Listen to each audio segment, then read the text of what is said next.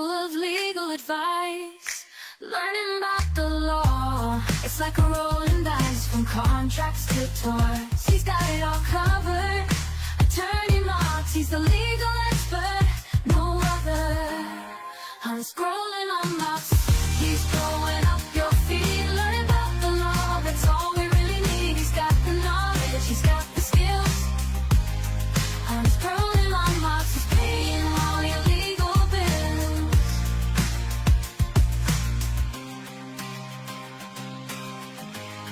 I'm scrolling on Marks, he's paying all your legal bills.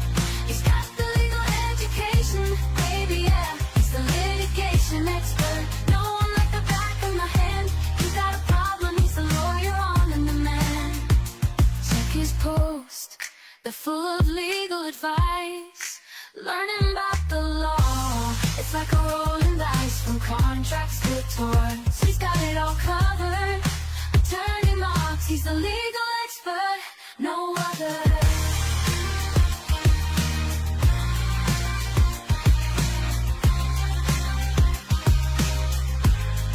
I'm scrolling on Marks, he's paying all your legal bills.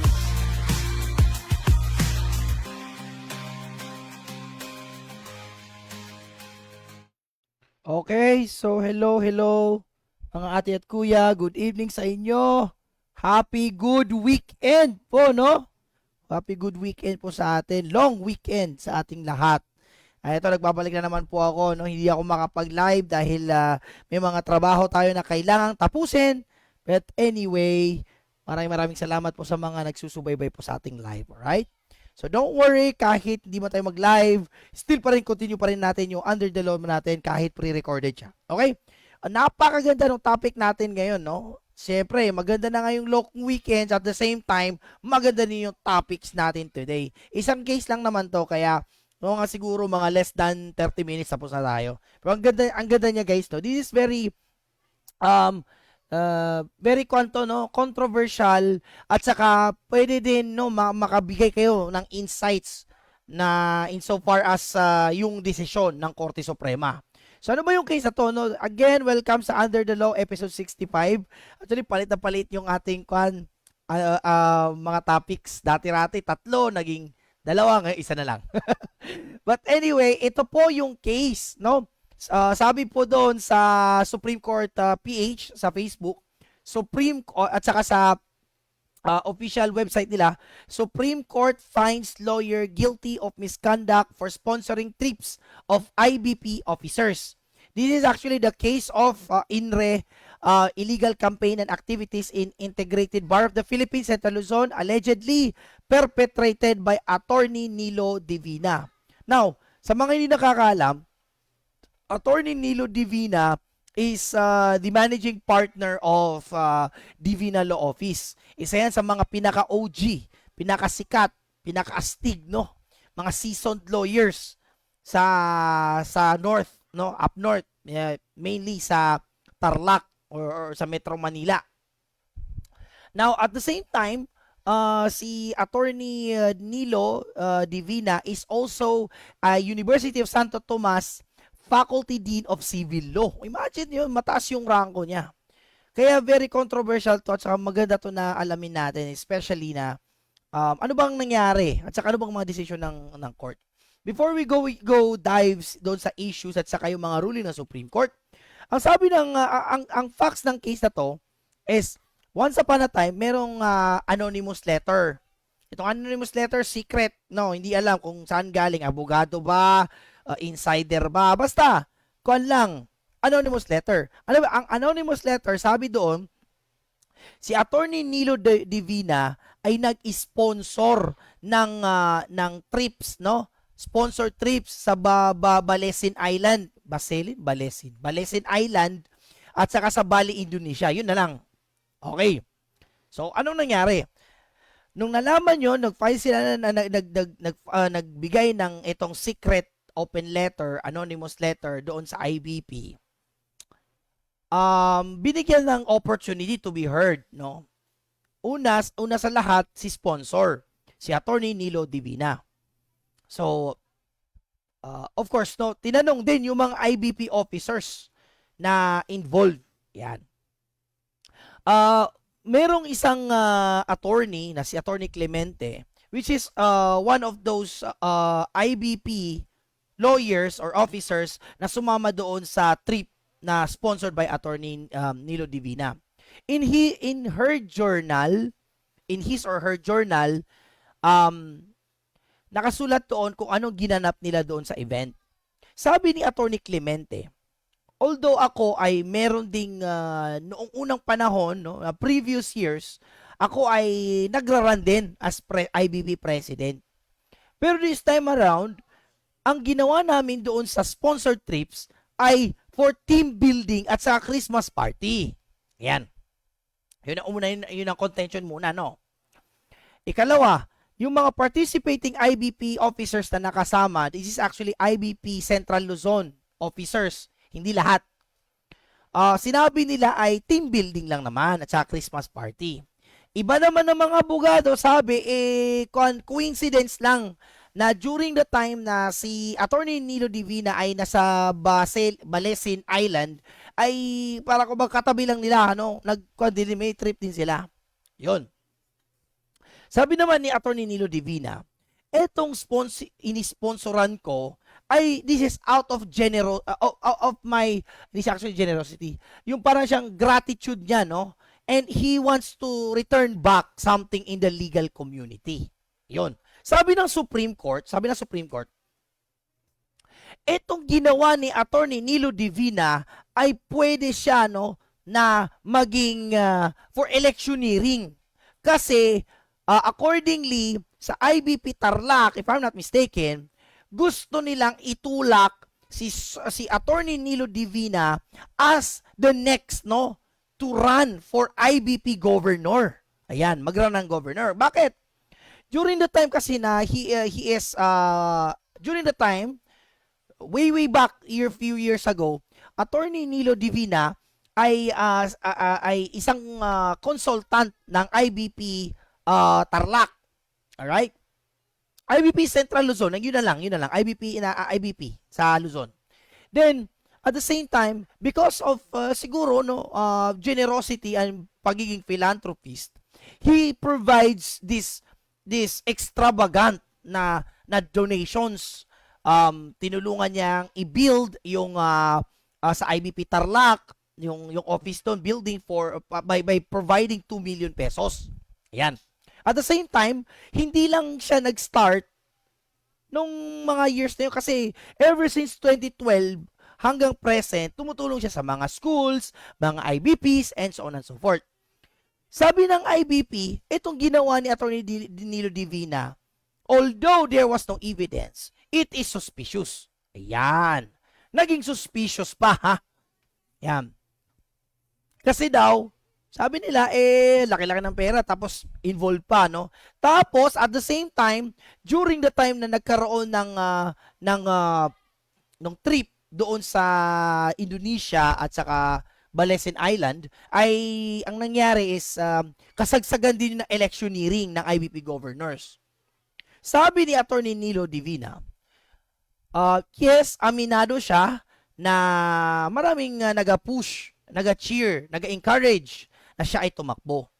Sabi ni Attorney Divina, siyempre gusto din niya. Ang problema nga lang, his obligations will be taken away as a UST Faculty Dean of Civil Law, at the same time, the managing partner of the Divina Law Office.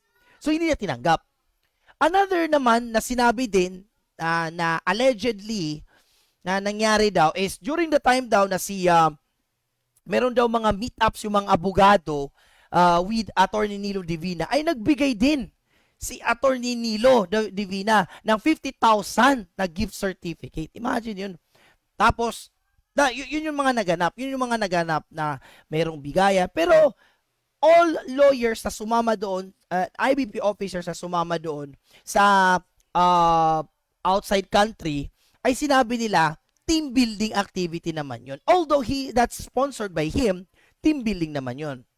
And all of these lawyers that involve are denied that there was an intimidation, there was a persuasion and convince as to the interest of Attorney Nilo Divinas running for IBP governor in Luzon. Mismo si Attorney Nilo Divina, hindi niya kaya yon kasi may obligation siya as a Dean of UST Civil Law at the same time, managing partner ng Divina Law Office. So ano nangyari? Bago nating alamin yung final decision, this is actually a case ponente by Associate Justice Garland. Alright? So ang sabi niya, ito yung mga discussions natin. The IBP as a public institution, the IBP is a public institution with its officers performing public functions. Ibig sabihin, itong IBP, ang function nila as para silang public officers. So, anong ibig sabihin? Pwedeng applicable sa kanila yung mga other laws pertaining to public office is a public trust or a public function or a public officer or public institution. Ano ba yon? Pwedeng siguro Code of Conduct and Ethical Standard, that is RA 6713. And pwede din yung RA 3019, Anti-Graft and Corrupt Practices Act, pwede din yun. And also, pwede din yung CPRA, Code of Professional Responsibility and Accountability, no? Because even if this is actually a case, pasok naman siya sa latest CPRA ruling. Alright. Sabi ng ating court, no? Again, ponente by Associate Justice Garland, which actually may point din naman siya, di ba? The IBP is a public institution. The IBP is a public institution with its officers performing public functions. Thus, its officers, whether in the national, regional, or local chapters, should be held to a higher degree of standard and should, ayan, basahin natin yung mga yellow part, avoid involvement in the activities that may erode the integrity and independence of the IBP as a public institution and to ensure the maintain and appearance of impartiality in the performance of its functions. Sir, bakit parang ang sinasabi dito, may liability si Attorney Nilo Divina? Kasi, yung trip na yun sponsored by him was worth around 11 million. If you're not mistaken, no? 11 million na hindi lang the IBP officers actually is hindi lang isa at saka actually dalawa or actually dalawa or I think apat ata na mga lawyers. So syempre 11 million is too big. And a sponsoring a trip outside the country is actually a luxurious, no? Hindi na siya of nominal value. Di ka ba naman isponsoran tapos dalawa pa, Balesen Island at saka Bali, Indonesia. So, maganda, make sense din naman. Kaya sabi dito ng ating Supreme Court, dahil ito ay may public officers dito or officers dito sa IBP, meron sa public functions, kailangan nilang mag-maintain ng standard. Kumbaga, ina-avoid ang any activities na pwedeng magkaroon ng biases. Alright, no? Or future na possibly it will convince or it may be in favor, consideration or gratitude. So, another one. Sabi ng Supreme Court, nevertheless, no, kahit wala naman kasi napatunayan naman no sa etong case na to after the investigation and investigations and fact finding, there was no evidence to substantiate and to prove that Attorney Nilo Divina sponsored these IBP officers for the purpose of convincing them to run convincing them and for him to take an advantage as a candidate sa IBP governor sa Luzon. Bakit? Kasi sinabi na nga ni Attorney Nilo Divina on his comment in his comment upon subpoena, ay sabi niya wala talaga akong interest because busy ako as a faculty din ng UST sa civil law, at the same time managing partner ako ng Divina Law. So wala akong interest diyan. Now, sabi ng ating Supreme Court, liable pa rin po siya sa simple misconduct. So sir, ano ba sir ang simple misconduct? Bago tayo lipat dito sa Canon 2, no? Ang simple misconduct, it is a conduct na there is an absence of corrupt intent. Yun ang pinakabuod, pinaka-highlights sa isang misconduct. There is no existence or absence of misconduct. Kung saan, o kung kaya't naman, the Supreme Court ruled that Attorney Nilo Divina is only guilty of simple misconduct. Bago natin pag-usapan, meron din siyang liability of this simple misconduct insofar as the Code of Professional Responsibility and Accountability is concerned. Ito yung sinusunod, ito yung Biblia, ito yung rules of conduct na kailangan sundin ng mga abogado. Okay? So, we're going. Ito yung isa sa mga liability, 1 and 2. Canon 2, propriety, under the Code of Professional Responsibility, CPRA, Canon 2, propriety, ito yung isa sa mga contentions, na mga basis ng ating Supreme Court kung saan he is liable for misconduct. A lawyer shall at all times act with propriety and maintain the appearance of propriety in personal and professional dealings. Observe honesty, respect, and courtesy, and uphold the dignity of the profession consistent with the high standards of ethical behavior. Number 1 dito is the section 1, proper conduct. A lawyer shall not engage in unlawful, dishonest, immoral, or deceitful conduct. Dignified conduct. A lawyer shall respect the law, the court, tribunals, and other government agencies, their officials, employees, and processes, and act with courtesy, civility, fairness, and candor towards fellow members of the bar. A lawyer shall not engage in conduct that adversely reflects on one's fitness to practice law, nor behave in a scandalous manner, whether in public or private life, to discredit the legal profession. So, pinaka number 1 dito is yung section 1. Because the lawyer daw, accordingly sa Supreme Court, they should not engage in unlawful, dishonest, and immoral, deceitful conduct. Yun ang basihan nila. May pag-usapan ng dissenting opinion, no? Another one na sinabi ni Justice Garland is the Republic Act 3019, no? Anti-Graft and Corrupt Practices Act.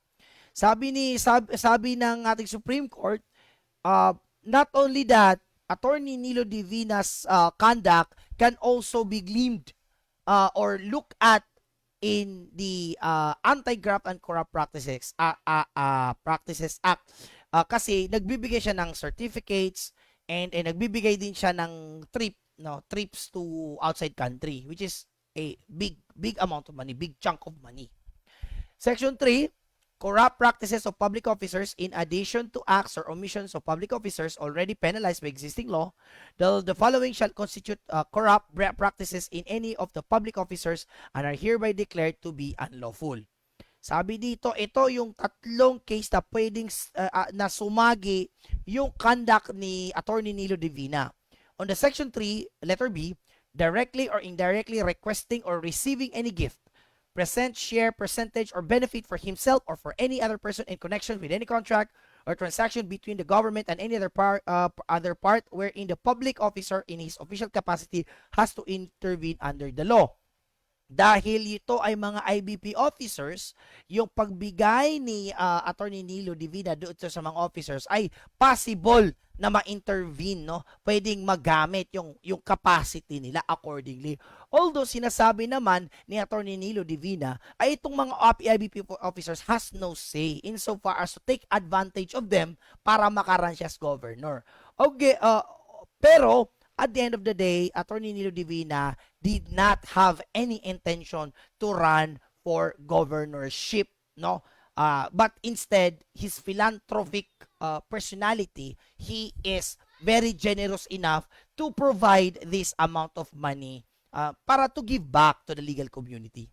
Letter C, directly or indirectly requesting or receiving any gift, present or other pecuniary or material benefit for himself or another from any person for whom the public officer in any manner or capacity has secured or obtained or will secure or obtain any government permit or license in consideration for the help given to be given without prejudice to Section 13 of this Act.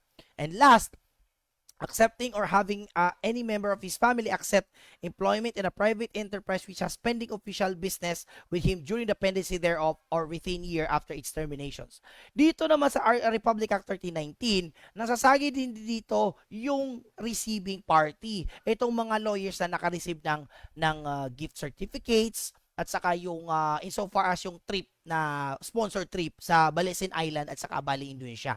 Another one na sinabi din na Supreme Court, itong gift, ano ba yung gift daw? Bakit sinabi na itong mga gift certificates ay kumbaga bakit itong Republic Act 6713 sinasabi na ang gift na ginawa ni Attorney Nilo Divina ay mali, no? And guilty of simple misconduct. Okay, please take note na yung amount ng gift certificate na binigay is 50,000. Alright. But as a way of defense, sabi ng other lawyers na naka-receive ng 50,000 na gift certificate, they said that it is actually an exchange gift. Kasi yung binigay din ito ng mga involved na mga IBP officers at lawyers, sabi niya, nag-gift naman din kami sa kanya. Yung iba, wristwatch as a means of Christmas party, exchange gift. Yun nga lang na binigay ni Atty. Nilo Divina is a 50,000 gift certificate. Now, on the other hand naman, it is not a gift daw kasi daw yung pag-trip nila sa Balesin Island sa Bali because it is a team building. At the same time, it is a Christmas party. There was no involvement as to take it an advantage on the part of Attorney Nilo Divina para makakuha siya ng upper hand pag magsimula ng yung electioneering as to the IBP governors. Alright? Pero sabi ng Supreme Court, tingnan natin ang RA 6713. Section 3, letter C and D of RA 6713, which is Code of Conduct and Ethical Standards for Public Officials and Employees. Gifts refers to a thing or a right to dispose of gratuitously or any act of liberality in favor of another who accepts it and shall include a simulated sale or an ostensibly onerous disposition thereof. It shall not include an unsolicited gift of nominal or insignificant value not given in anticipation of or in exchange for a favor from a public official or employee. Letter C, malinaw dito sinasabi public official, a favor from public official or employee. IBP officers are considered public officers no, insofar as the IBP is a public institution. Yun ang una. Ikalawa, ang dito sa letter C, sinabi dito is sabi niya, accept and shall include a simulated sale or owner's disposition thereof. It shall not include an nominal. Hindi pa daw siya nominal of value. Luxurious yan eh. Alright? Letter D. Ito din. Receiving any gift includes the act of accepting directly or indirectly a gift from a person other than a member of his family or relative as defined in this act. Even on the occasion of a family celebration or national festivity like Christmas, if the value of the gift is neither nominal nor insignificant or insignificant, or the gift is given in anticipation of or in exchange for a favor. If you're going to look at the last line of this letter D, sinabi dito ay it is gift is given in anticipation of or in exchange for a favor. So ang nakita dito ng ating Supreme Court ay merong anticipation or future favor. Sir, meron bang ganun, sir? Meron, especially pag Pilipino. Ano yun, sir? Tawag doon ay utang na loob. Ayan. Under the case sa in requery of Executive Judge Estrella Estrada is a 1987 case, sabi ng Supreme Court, no, applying the said jurisprudence or case law, the prohibition against soliciting and accepting gifts extends even if the same was not in exchange for the performance of an act or favor. The policy behind it is to avoid a situation wherein the recipient may feel compelled to return the favor or that he owes a debt of gratitude or utang na loob. In that case, it characterized that utang na loob as gratitude which renders a man beholden to another a sense of obligation which is valued as highly as pride and honor. Ang pinopoint dito ng ating Supreme Court ay dahil Pilipino tayo, meron tayong personality na utang na loob. Itong utang na loob as amplified by as Senior Associate Justice and Senior Associate Justice and Acting Chief Justice Marvic Leonen, there is this invisible string. Sabi nga niya, it is an invisible string of favor or invisible is an invisible consideration for a future favor. Yun ang sinabi niya.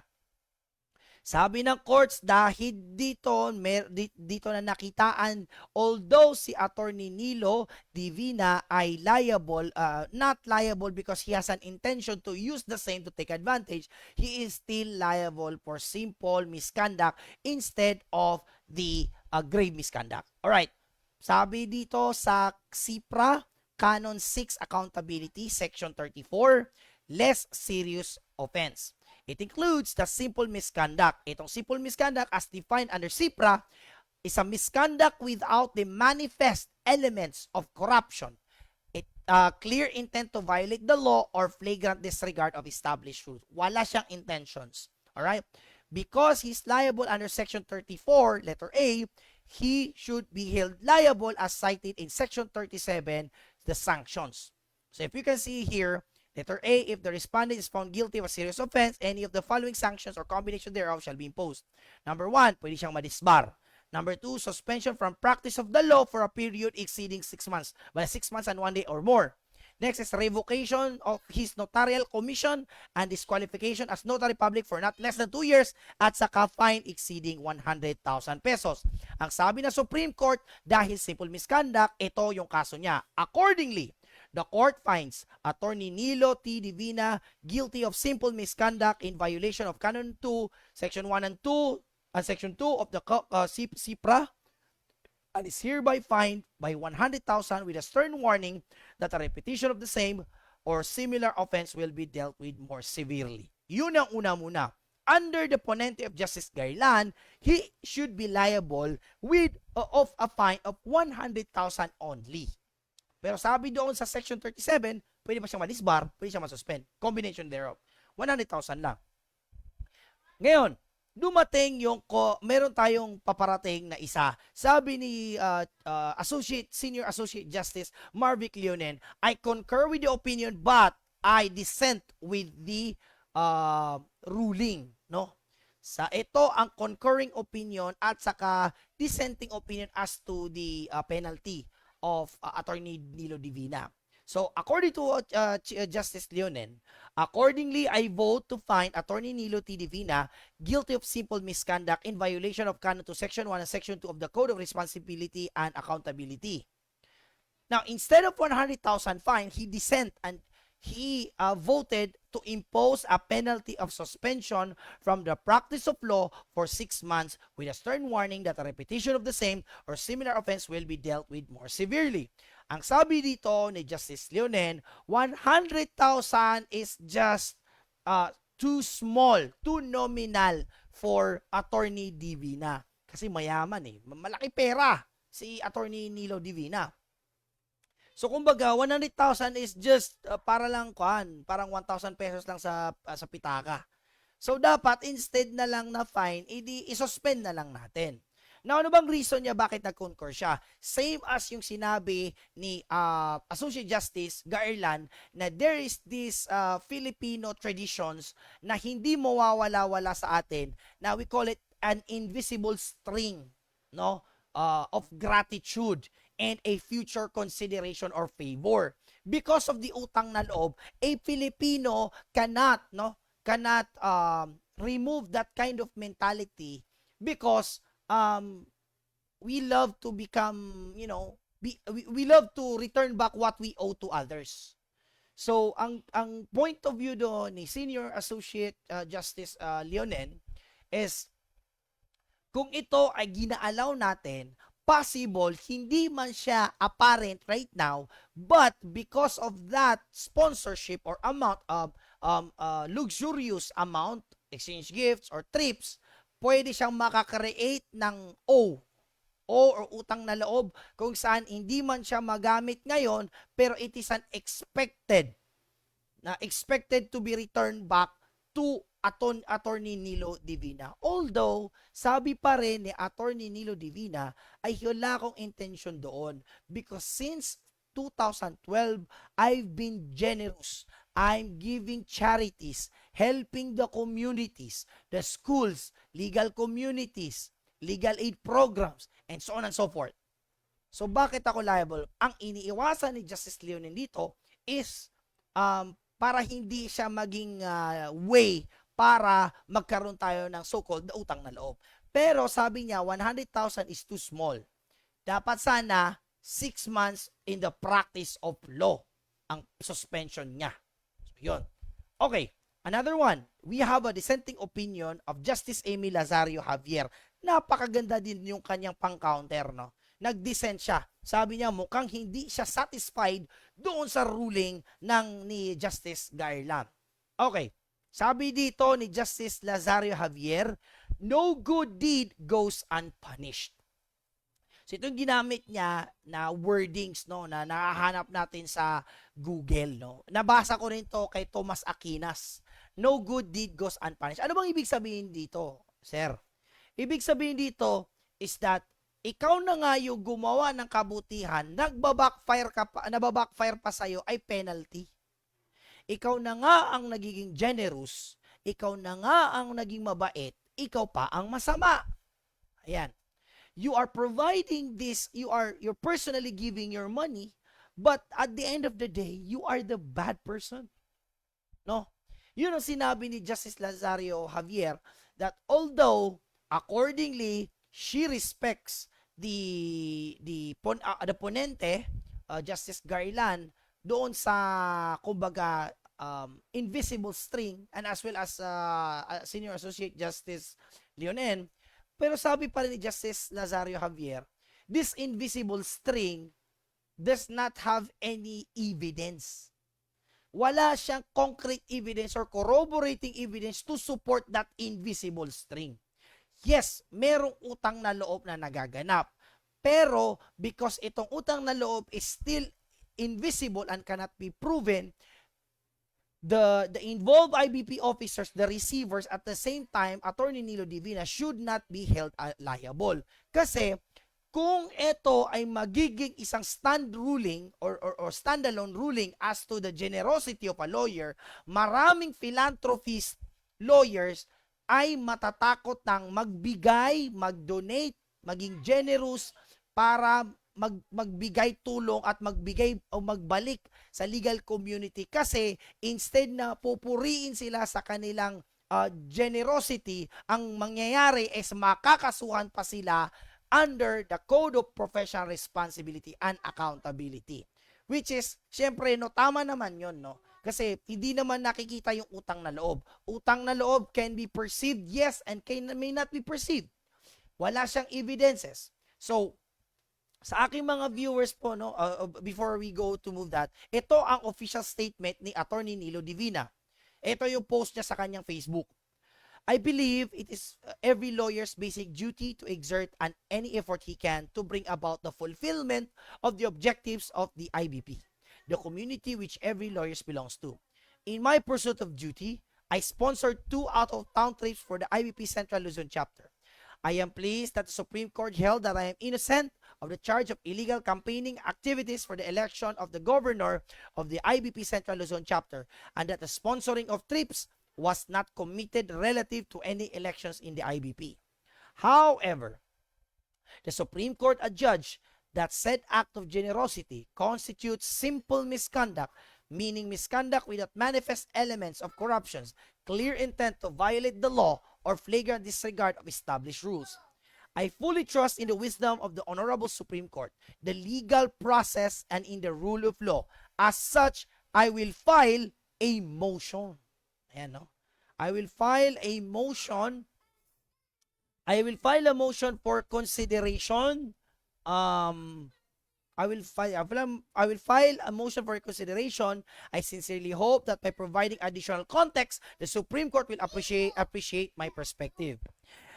My commitment to uphold the highest standards of professional conduct remains unwavering, and I reaffirm my dedication to ethical practices in all my professional dealing and interaction. Attorney Nilo D. Divina.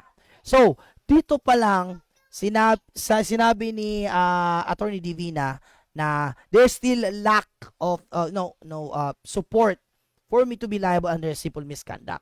So we will see we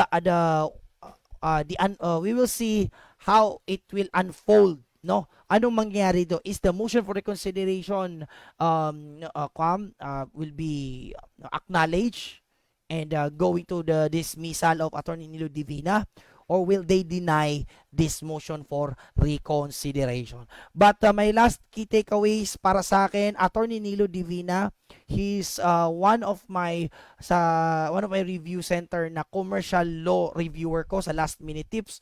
Sa ang daming maganda siya mag-explain. He's very good at explaining. He really knows the bounds of the commercial law. And lastly is nakatulong din yung kanyang review. So, dividend law offices, para sa akin, sa mga OG, mga popular law offices, not only celebrities, but, these high-profile people or officials. So, this case is a very, very good case.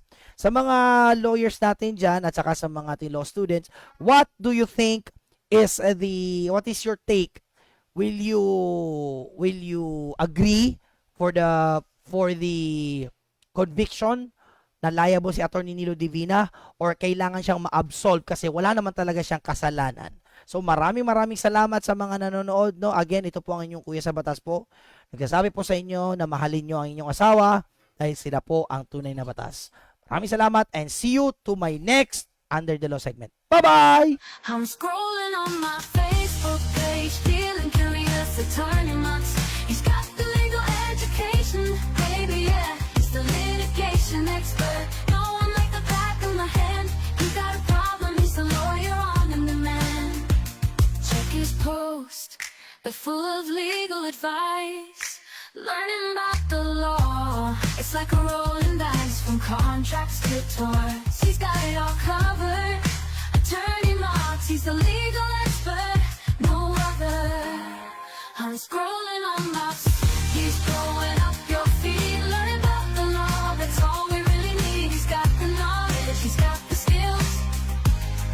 I'm scrolling on my he's paying all your legal bills.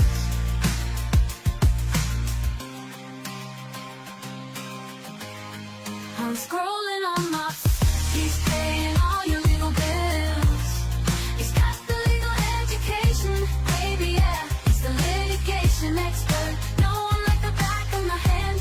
You got a problem, he's the lawyer on demand. Check his post, they're full of legal advice.